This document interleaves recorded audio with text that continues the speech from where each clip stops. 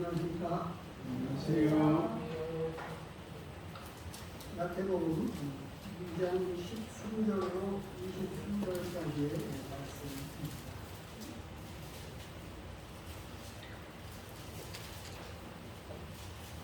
마태복음 2장 13절에서 23절 말씀을 먼저 공독해 드리겠습니다.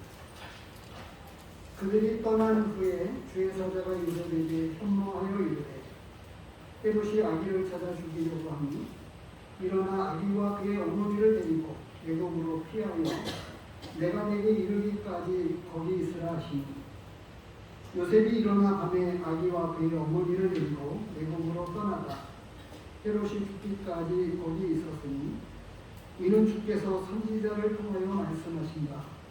애굽으로부터 내 아들을 불렀다 함을 이루려 하십니다.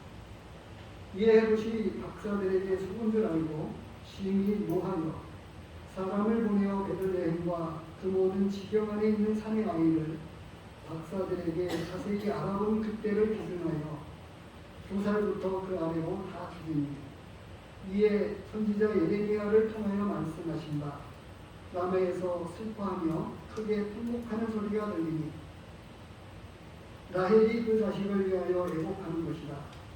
그가 자식이 없으므로 위로받기를 거절하였도다 함이 이루어졌습니다. 헤롯이 죽은 후에 주의 사자가 애굽에서 요셉에게 현몽하여 이르되 일어나 아기와 그의 어머니를 데리고 이스라엘 땅으로 가라. 아기의 목숨을 찾던 자들이 죽었느니라 하시니 요셉이 일어나 아기와 그의 어머니를 데리고 이스라엘 땅으로 들어갑니다.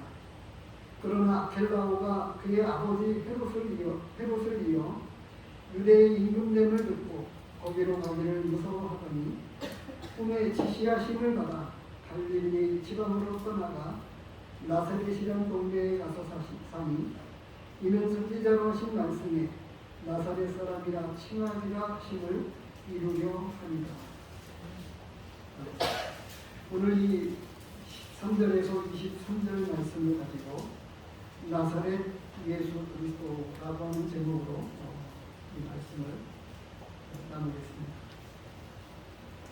조금 전에 우리는 형제로부터 구원 간증에 관한 간증을 들었습니다. 간증 그 자체보다도 더 제게 생각되어진 것은 지금 구원받고 난 이후에 확실한 변화된 삶을 살아가고 있다고 하는 것입니다. 거기에 그 또래의 청년들이 있기 때문이라고 하는 그것보다는요, 그런 이야기입니다만, 국내에 내려왔었을 때 내가 맛있는 거 사줄 테니까 아빠가 했던 이야기입니다. 아빠가 맛있는 거 사줄 테니까 예배 드리고 천천히 올라가라. 아들과 함께 지내고 싶었던 가족들의 가정이었습니다. 근데 맛있는 것보다 청년들과 이 영적인 교제를 나누고 주님 안에서 이 믿음으로 함께 교제하는 시간들을 너무나 즐거워하고 기뻐하는 것입니다. 조금 전에 그 간증에도 나왔습니다만 수요일에도 주일에도 청년회에도 빠지지 않고 참석할 뿐만 아니라 굉장히 일찍 갑니다. 오늘도 교회에 우리 허원 형제가 제일 일등으로 왔습니다. 아침에 내려왔어요. 대전에서 아침 열차를 타고 국내역에 도착을 해서 버스를 타고 이렇게 왔어요. 계산으로 따지면 천천히 와도 될 터인데 일찍 오고 싶은 마음이 있었던 것 같아요. 근데 그 일찍 오고 싶었던 마음은 어디에서 시작된 것일까요? 예수님을 믿고 나서 변화된 것입니다. 오늘 본문에서는 어린 시절에 예수님의 모습을 조금 알 수 있는 내용들이 있습니다. 태어난 직후에서부터 일어난 짧은 이야기입니다. 그 그리고 이 내용들은 다른 복음서에서는 이처럼 자세하게 이야기해 주시고 있지 않은 다른 부분입니다. 이제 동방 박사들은 그 아기 때 절하고 돌아갔습니다. 그런데 꿈에 헤롯에게로 돌아가지 말라고 하는 지시를 받아서 다른 길로 고국으로 돌아갔습니다. 그들이 떠난 후에 이제 일어난 사건, 그리고 나사렛 예수로 불리워진 이 이야기를 하고 있습니다. 지금도 그렇습니다만 그 여러 민족들이 살고 있는 미국 같은 경우에나 이런 경우를 보면 그냥 미국인 하지 않고 한국계 미국인, 이란계 미국인, 그 핏줄이, 그 과거의 그는 어디에서부터 지금의 현재에 이르고 있느냐. 옛날 어머니에게서 종종 들었습니다. 시집온 이 며느리 같은 경우에 상주 때, 아령 때 이런 이야기를 하고 있습니다. 나사렛 예수로 불리워진 이 예수님, 그 과정을 오늘 본문에서 이야기하고 있습니다. 그 가운데서도 더 중요하게 이야기하고 있는 말씀은 예수님의 왕대심에 관한 것입니다. 오늘 본문에서 세 가지로 살펴보려고 합니다. 그 첫 번째로는 예수님의 왕됨을 원치 않는 헤롯입니다. 헤롯은 이제 이 동방박사들이 와서 자세하게 그가 태어난 위치를 알려주리라고 생각을 했는데 기다려도 오지 않았습니다. 그래서 이 동방박사들이 예루살렘에 들러서 자신에게 들려가지고 갔었던 그때를 기준으로 해서 2살 이후로 된 아이들을 다 죽였다고 되어 있습니다. 300명을 300명씩. 예, 많은 숫자가 적었지요. 그런데 아이를 가진 그 가정을 생각해 보십시오. 그 가정은 얼마나 비통했겠습니까? 그리고 이렇게 질문을 드려보겠습니다.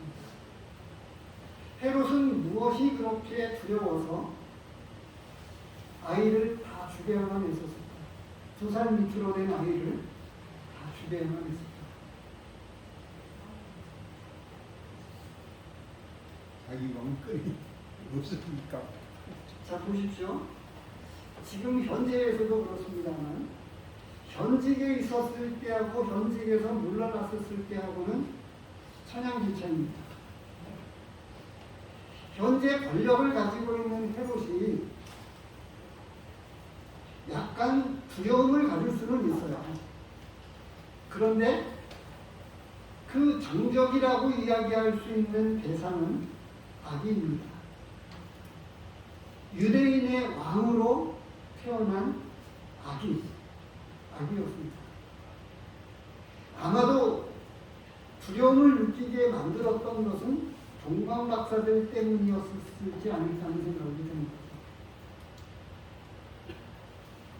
동방박사가 찾아올 정도가 되었으니까 약간의 위기를 느꼈다고 볼 수 있습니다. 그것 이외에는 현직 왕권을 가지고 있는 이 헤롯의 입장에서는 아기를 두려워할 이유가 크게 없었다고 합니다.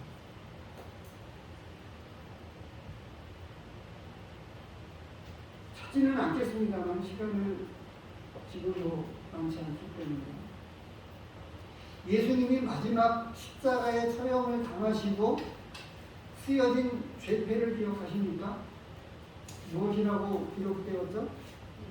유대인의 왕이야. 유대인의 왕이라고 하는 죄패를 달았습니다. 무슨 이야기죠? 예수님의 왕권에 대한 태어나심에서부터 죽기까지, 돌아가실 때까지 예수님의 왕되심을 선포하고 증거하고 말씀하고 있습니다. 오늘 이 헤롯이 대표적인 하나의 예입니다. 세상은 예수님의 왕됨을 원하지 않고 있습니다. 지난 시간에 말씀을 보았습니다만 그 누가복음 19장 말씀을 보겠습니다.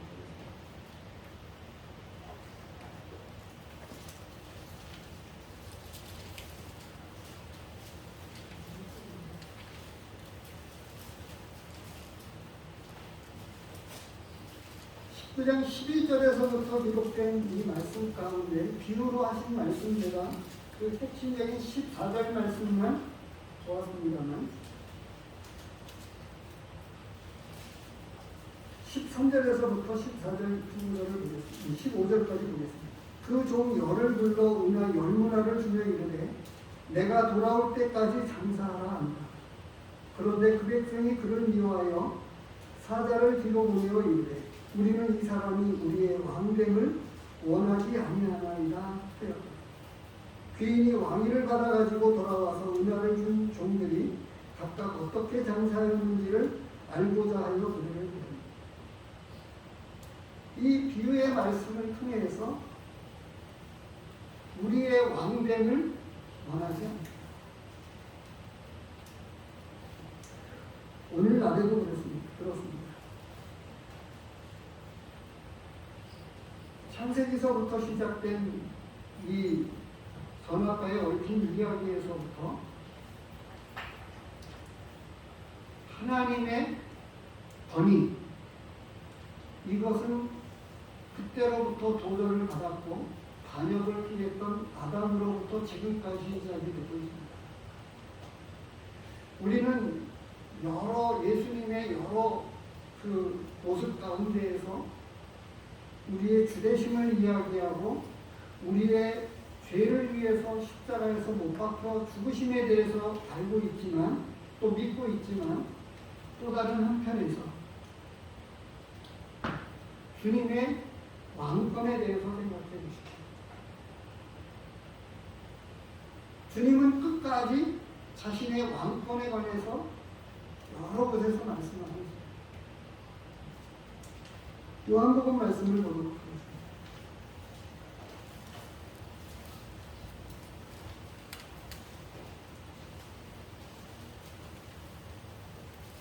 18절, 지난 시간에도 보았습니다만 37절 말씀에 보면 예수님이 빌라도에게 한 그 내용만 제가 읽어드리겠습니다.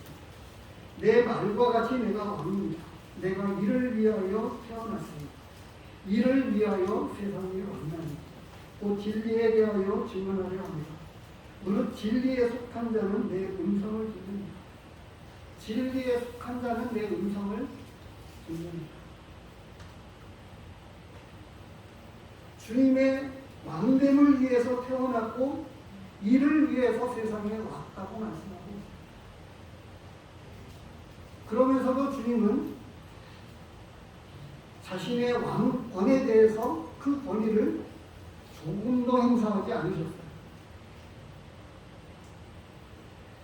그런 의미에서 구원받은 성도들이 주님의 왕권, 그 권위에 대해서 얼마만큼 왕권에 대한 그 권위를 존중하고 따라가느냐라고 합니다.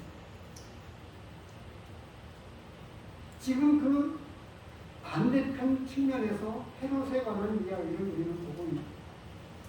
얼만큼 세상은 철저하게 주님의 왕권을 부정하고 거절하고 있느냐라고 하는 것들에 대한 반응입니다. 어렸을 때의 모습이 그 예수님의 어린 시절에 비교적 유아 시절에 겪었던 이 짤막한 내용이지만 그 내용 가운데 우리에게 가장 먼저 해주시고 있는 말씀이 주님의 왕권에 대해서 헤롯은 정말 두려웠고 그냥 사람으로서 두려운 것이 아니라 보이지 않는 사단에 의해서 사단의 대변자가 되어서 사단에게 속아서 주님의 그 왕권을 부정하고 거부하고 두려워했다라고 하는 측면에서 말씀하고 있다고 하는 것을 우리는 알아야 됩니다. 에베소서 2장 말씀을 보시기 바랍니다.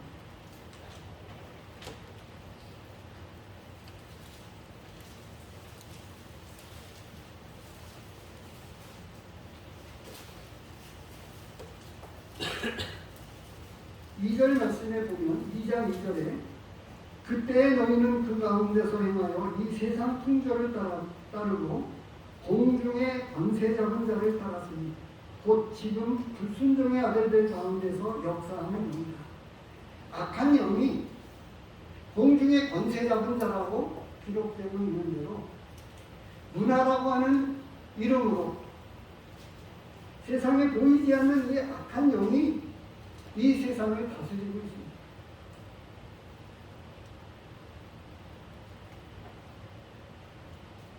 지금 세계 도처에서 일어나고 있는 이 기후변화로 말미암는 엄청난 사건들이 이루어지고 있습니다. 그리고 우리는 지금도 러시아와 우크라이나의 이 전쟁의 참상을 눈으로 보고 있습니다. 그러면서도 우리는 전쟁을 직접 겪었던 그 우리의 부모님들의 자녀들입니다. 직접 겪었지는 않았지만 할머니, 할아버지, 어머니, 아버지로부터 그 이야기를 들었음에도 불구하고 전쟁에 대한 그 참생에 대해서 아주 먼 나라 이야기일 수도 있겠습니다만 그것이 우리에게 별로 시간만에 와닿지 않습니다. 말씀은 그런데 우리에게 어떻게 이야기해주고 있죠? 말세에 전쟁과 기근과 이런 것들을 말씀하고 있습니다. 근데 그것을 우리는 그냥 실체를 보고 있는 거예요. 쏟아지는 미사일로 우크라이나의 그 제2의 도시라고 하는 큰 도시가 완전히 폐허, 잿더미로 변하고 쇼핑센터가 무너져서 그냥 불나서 무너진 게 아니라 폭탄에 의해서 완전히 아예 건물 자체가 흔적도 없이 무너진 그 형상을 우리가 보면서도 잘 모릅니다. 그 배후에 사단이 역사에서 전쟁을 일으키고 지금 오늘의 세대를 우리는 보고 있는 겁니다. 당시의 세대에는 예수님이 태어난 그 직후에 일어난 그 세대에서부터 지금까지 이어져 오고 있습니다. 헤롯은 아기 예수를 두려워했습니다. 제가 인간적인 차원에서 조금 표현을 한 거예요. 동방 박사들이 어떻게 예수님을 알고 경배하러 왔습니다. 에베소서에서 말씀해주고 있는 대로 구원받은 우리들도 과거에 공중의 권세 잡은 자를 따라 악하게 살았다고 합니다. 악한 영에게 속아서 잘못된 삶을, 하나님을 믿지 않는 삶을 살았다고 말씀해 주십니다. 악한 영은 더 나아가서 어떻게 했습니까? 이 당시에도 지난 시간에 말씀을 드렸었지만 종교라고 하는 이름으로 예배를 드리고 보이지만 그러나 참된 믿음은 당시에 없었다고 합니다. 오히려 누구도 생각지 않았던 동방 박사들만 아기 예수님께 나와서 유대인의 왕으로 나신 분에게 나서서라고 고개학을 열어서 한국과 노력과 이야기를 들여서 경배했다고 알고 있습니다. 조금 전에도 우리는 그 간증을 들었습니다. 모태신앙이라고 이야기할 수 그렇게 표현을 합니다만 모태신앙이라고 하는 것 자체가 없죠. 우리의 진짜 믿음은 예수 그리스도를 내가 인격적으로 주님을 만나고 영접함으로서부터 진짜 믿음이 시작이 되어집니다. 그 시작된 믿음은 지금까지 우리의 생애를 십자가로 말미암아서 우리에게 말씀하시면서 계속 변화된 삶을 살아가도록 역사하는 거예요.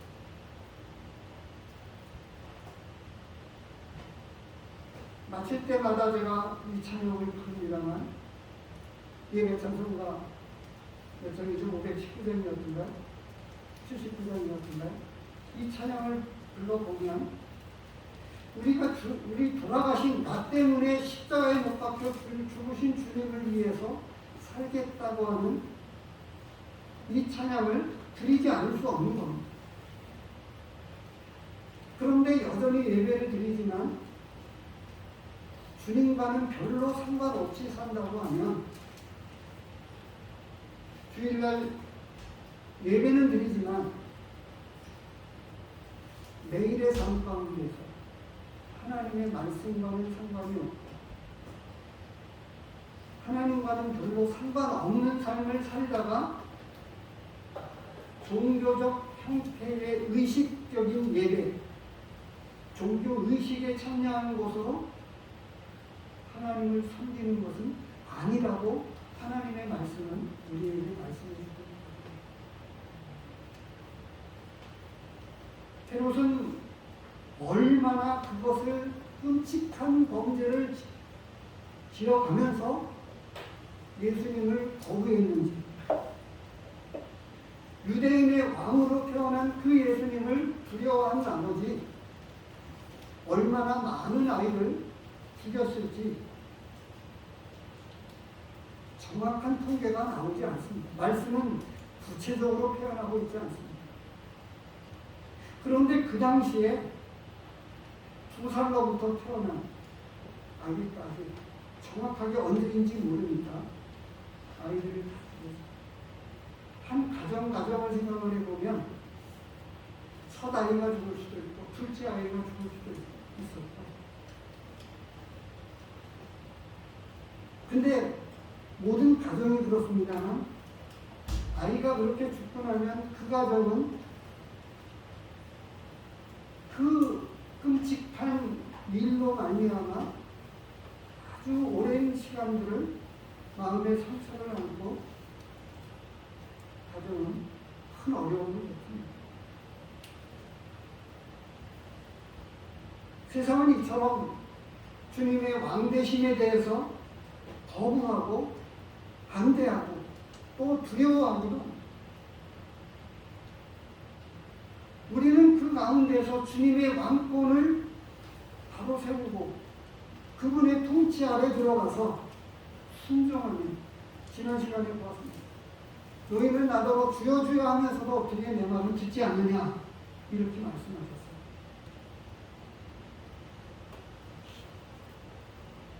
말씀에서 우리에게 이야기를 하고 있습니다. 그래서 저는 이 말씀을 묵상을 하면서 예수님의 통치 아래에 순종하는 삶을 살게 해달라고 하는 기도를 드리지 않을 수 없습니다.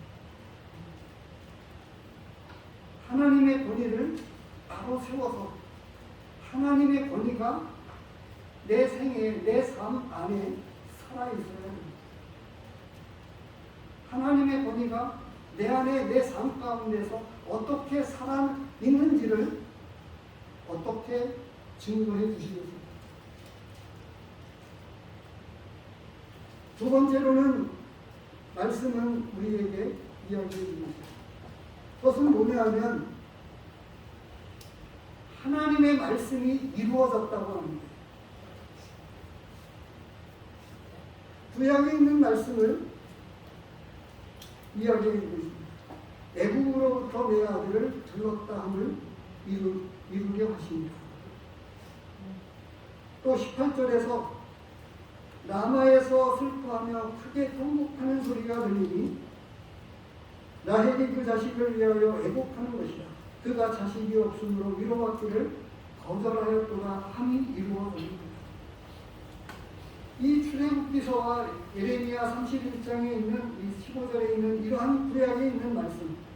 그리고 나사렛 동네에 가서 사심으로써 나사렛 사람이라 칭함을 받으리라 했던 이 말씀이 이루어졌습니다. 이상하지만 3번씩이나 반복해서 하나님의 말씀은 성취되었다고 말씀하고 있습니다. 그리고 조금 더 의미 쉽게 이렇게 성도님들에게 말씀을 드리고 싶습니다. 당시에는 구약만 존재했어요. 구약만. 그래서 이 구약의 말씀이 어떻게 이루어지느냐라고 하는 것들을 많은 믿음의 사람들은 그걸 생각했습니다. 그런데도 불구하고 동방박사들만 유대인의 왕으로 태어나신 아기 예수님을 보러 왔다고 말씀하고 있는데요. 그 약속되어진 그 말씀들이 이루어져서 예수 그리스도께서 이 땅에 태어나셨다 말씀하시고, 태어나심에서부터 시작을 해서 짧은 그 생애 가운데에 어린 시절이지만 이렇게 예수님께서 피신해서 애국으로 내려가게 되었던 이 말씀이 이루어졌다 말씀하시고, 그리고 그렇게 피해서 떠나 있는 사이에 예수님 때문에 누구했던 어린 생명들이, 수많은 어린 아이들이 죽었는데 예레미야 31장에 있는 이 예언의 말씀대로 이루어졌다라고 하는 말씀으로 말씀해 주고 있습니다. 말세인 믿음을 찾아볼 수 없다고 말씀해 주고 있습니다. 믿음을 찾기가 쉽지 않다라고 말씀을 하고 있어요. 근데 이 마지막 때에 우리 믿는 사람들에게 무엇을 말씀해 주고 있어요? 예수님은 다시 오신다. 이 말씀을 우리에게 약속해 주셨습니다. 내가 속히 오리라고 말씀하셨습니다. 그런데 그 다시 오실 주님을 소망 중에, 정말 소망 가운데 마음에 품고 살아가는 성도님들이 얼마나 있을까요? 저를 포함해서. 그런데 구약의 말씀대로 이루어졌던 이 하나님의 말씀은 다시 오신다고 하는 그 말씀대로 이루어질 것을 우리에게 이 말씀 속에서 말씀해 주고 있는 것은 아니겠습니까? 말씀대로 이루어져 가고 있습니다. 말씀대로 전쟁이 일어나고 있는 그 끔찍한 참상을 보고 있는 거고, 그 기근을 우리는 지금 시작되고 있는 것을 보고 있는 거예요. 이제 조금 더 우리는 그렇게 세계 열방 나라들 가운데에서 최빈국으로 있었던 우리 민족이 지금 10대 강국이라고 하는 이런 살기 좋고 먹기 풍족한 그런 나라에 살고 있으면서 잘 모르겠습니다만, 얼마 전에 다녀간 우리 황석준 형제님 레바논으로 들어가서 카톡으로 통화를 했습니다. 거기에는 이집트에서 와가지고 함께 사역을 하는 형제님들이 있는데, 그런 분들이 돈 100만 원 정도, 우리나라 돈 100만 원 정도면 그런 저기를 가지고 충분한 사역을 한다고 합니다. 공산품은 조금 가격이 비싸지만 농산물 쪽은 아주 가격이 굉장히 저렴하다고 합니다. 아무튼 열악한 환경이면 틀림이 없어요. 그런데 그쪽에서는 경찰이나 공무원들, 의사조차 한 달 월급이 얼마 되지 않는다고 이야기합니다.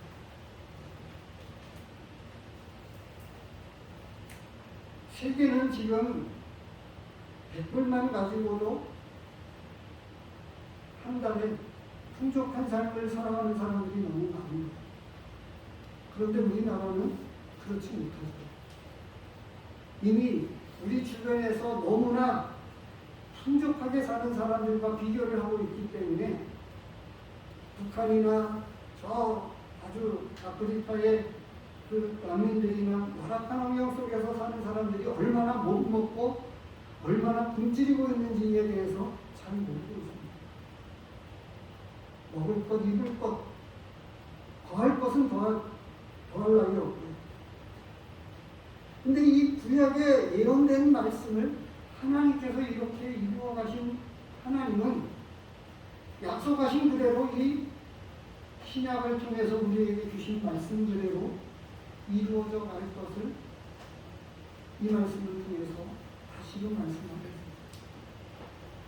말씀을 이루어 가신 하나님. 그래서 우리 모두는 제가 이 말씀을 보면서 깨닫는 것은 나의 생애가 하나님의 말씀을 이루는 삶이 되어야 되겠다라고 하는 기도를 드리게 됩니다. 내 생애가 하나님의 말씀을 이루어가는 삶. 전도하라고 하는 대로 전도하고 한 말씀을 순종하기 위해서 때로는 목숨을 걸기도 하고 한 말씀을 순종하기 위해서 말씀대로 살기 위해서 바로 그것이 말씀을 이루어가는 삶이 아니겠습니까? 세 번째로 말씀하고 있는 것은 예수님조차도 이 인도함을 받아서 살게 되었습니다. 뜻하지 않은 그 헤롯의 이런 정치에 의해서 애국으로 피난하는 사람이 있습니다. 그리고 이제 다시금 애국에서부터 다시금 떠나서 이스라엘 땅으로 되돌아와서 나사렛이라고 하는 동네에 살게 되었습니다. 근데 이것조차 어떻게 했습니까? 22절에 보니까 꿈에 지시하심을 받아 갈릴리 지방으로 떠나다.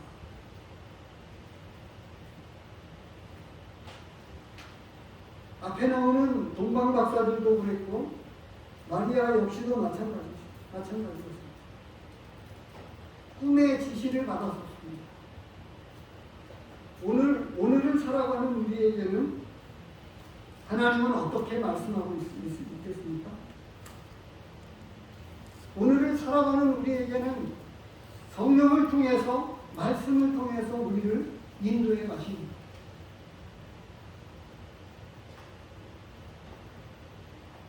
당시에도 이 말씀을 어떻게 이런 말씀들이 이루어졌는지를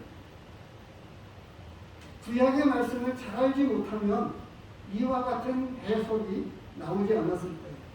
바로 애굽으로부터 내 아들을 불렀다 하리라 라고 하는 말씀이나 남해에서 슬퍼하며 통곡하는 소리가 들리니 라고 하는 이런 말씀이 헤롯에 의해서 어린 아이들이 죽음으로 말미암아 이 말씀이 이렇게 성취되어졌다라고 하는 이런 해석이 가능했던 것은 구약의 말씀을 잘 알고 있었던 믿음의 사람들에 의해서 이 믿음이, 이 하나님의 말씀이 성취되었다고 하는 것으로 이렇게 우리에게 밝히 증거해 주실 수가 있었습니다.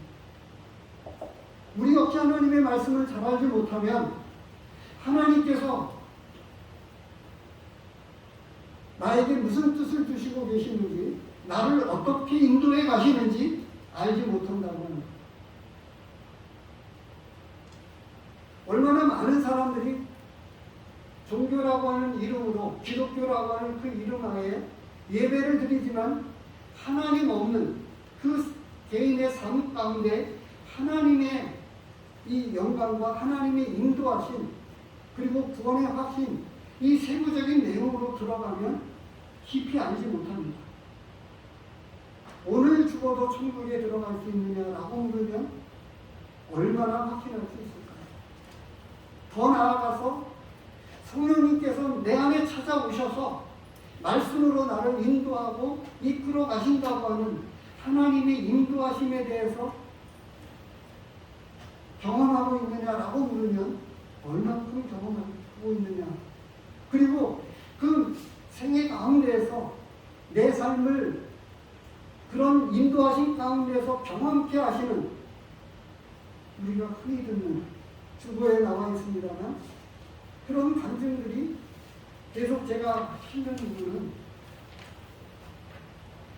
다른 사람도 아닌 한국 사람이기 때문에 우리와 정서와 문화, 우리의 말이 조금 더 통하기 때문에 먼 데서 찾는 것이 아니라 가까운 데서 볼 수 있는 수많은 사람들이 그의 삶의 여정 가운데 개입하셔서 어떻게 인도해 가시는지, 오늘 이 주보에 실은 한 집사님의 이야기 가운데에는 그래도 이분은 조금 더 자신을 솔직하게 오픈해 놓고 간증을 하고 있어요.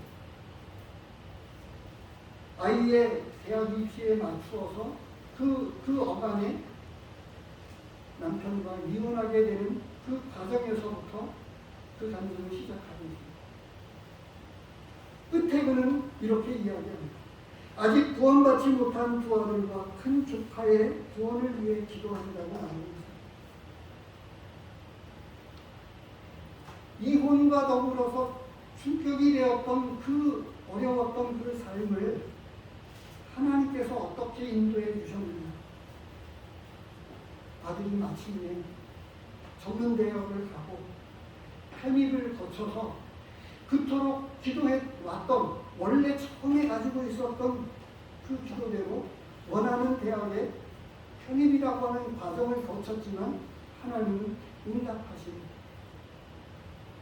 그리고 그가 그 과정 속에서 하나님을 만나서 여기에 더 구체적으로 꾸짖지는 않았습니다만 아직 구원받지 못한 두 아들을 이야기하는 걸 놓고 보면 이 미대를 들어간 이 아들은 아마 구원받은 것으로 보여집니다.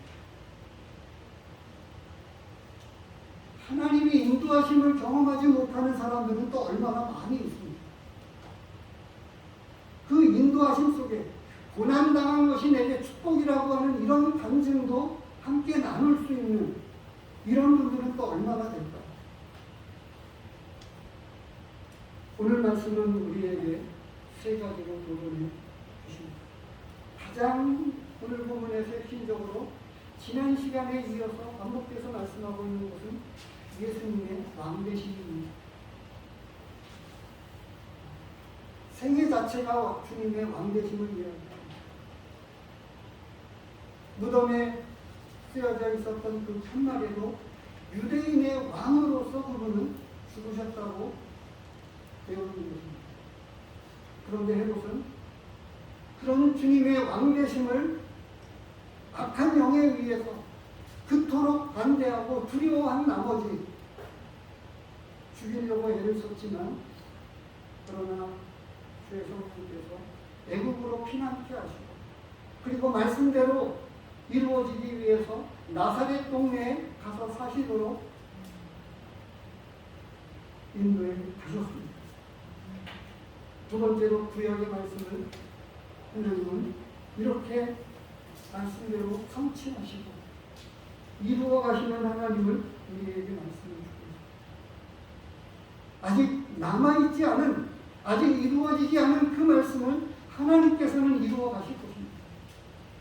공중재림에 대해서 말씀하신 대로 주님은 우리를 그런 날에 마지막 나팔로 우리를 부르실 것입니다. 끝으로 나사렛 동네에 사시도록 인도에 가셨던 하나님께서 동일하게 저와 우리 모두를 주의 성령께서 우리를 그곳에 내가 있는 그 자리에 두셨습니다. 구민교회에서 주님을 섬기도록 우리를 이렇게 인도해 주셨습니다. 여기서 우리는 하나님의 뜻이 여기에 있습니다. 하나님이 우리 교회의 주인이 되시고 우리를 다스리고 계십니다. 그 안에 있는 우리를 통해서 복음이 증거되고 구미 지역에 아직 하나님을 알지 못하는 사람들을 나를 통해서 우리 교회의 성도들이 힘을 모아서 그리고 구미 지역에 있는 교회와 구원받은 성도들이 힘을 모아서 41만, 42만에 살고 있는, 그리고 계속 지어지는 아파트와 그리고 5공단에 들어서는 그 공장들 속에서 더해져 오는 그런 사람들을 전도하라고 우리에게 큰 사명을 맡겨주셨습니다. 그렇게 하시는 데에는 이유가 있지 않겠습니까? 사도행전에 보면 나사렛 예수 그리스도의 이름으로 일어나 걸으라 라고 말씀을 하십니다. 나사렛 그리스도 예수님으로, 나사렛 사람으로 불려진 그 예수님, 바로 이 말씀대로 이루어 가시는, 그리고 그곳에서 사실로 인도에 가셨던 하나님께서는 우리를 인도하셔서 우리를 통해서 영광을 받으시고, 그리고 우리를 그렇게 이끌어 가시기를 원하고 계십니다. 그런데 내가 가지고 있는 생각 때문에 나를 이끄시기를 원하시지만 내가 너무 돌처럼 딱딱하게 굳어 있어서 요지부동이에요. 잘 움직여지지가 않는 거예요. 하나님이 이끄시기를 원하는데 그 이끄심에 순종하지 않으니까 하나님은 여러 가지 방법으로 아직도 하나님은 시간을 주시고 기회를 주셔서 기다리시고 계십니다. 저 우리 모두가 이렇게 나사렛 예수 그리스도로 불려진 그분의 왕권 앞에 순종하고, 그리고 말씀을 이루어가고, 그리고 이끄심을 따라 사는 저와 모든 성도님 되시기를 기도하겠습니다.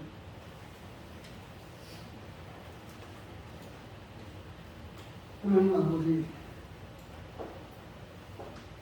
예수님의 생애를 통해서 우리에게 말씀하시는 대로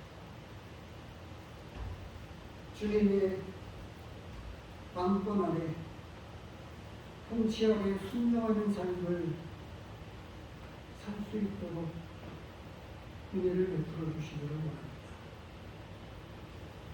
나의 생애가 하나님의 말씀을 이루어갈 수 있기를 원합니다. 주가 이끄시는 대로 따라가며 인도하심을 잘 받을 수 있도록 하나님의 말씀 앞에 익숙해져 가도록 하나님의 말씀을 많이 내 심령 안에 담을 수 있도록 도와주시기를 원합니다. 오늘도 이 말씀과 더불어 저희와 함께 해주신 것을 감사합니다. 예수님의 이름으로 아멘.